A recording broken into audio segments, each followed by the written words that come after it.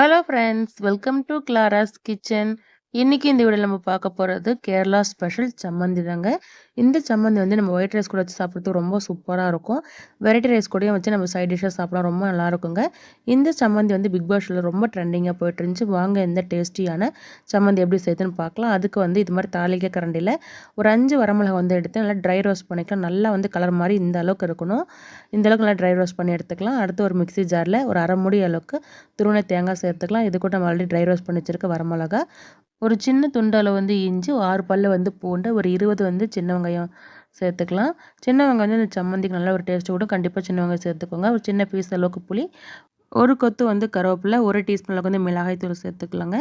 Already வந்து நம்ம வரமிளகா சேர்த்துருக்கோம். அதனால் பார்த்துட்டு காரத்துக்கு ஏற்ப மிளகாய் தூள் வந்து சேர்த்துக்கலாம். இந்த சம்மந்திக்கு தேவையான அளவுக்கு வந்து உப்பு, 1 டீஸ்பூனில் வந்து தேங்காய் எண்ணெய் சேர்த்துக்கலாம். தேங்காய் எண்ணெய் கண்டிப்பாக சேர்த்துக்கணும். அது நல்ல ஒரு டேஸ்ட்டை கொடுக்கும் சம்மந்திக்கு.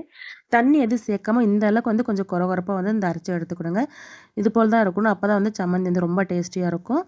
பாருங்கள், தண்ணி எதுவும் சேர்க்கக்கூடாது. இப்போ வந்து நம்ம உருண்டைகளை உருட்டி இது போல் வாழையில வந்து வச்சுக்கலாங்க. செம்ம சூப்பரான சம்மந்தி வந்து ரெடி ஆகிடுச்சுங்க. இதில் வந்து புளிப்பு, காரம் எல்லாம் சேர்ந்து ரொம்ப டேஸ்டியாக இருக்கும் சாப்பிட்றதுக்கு.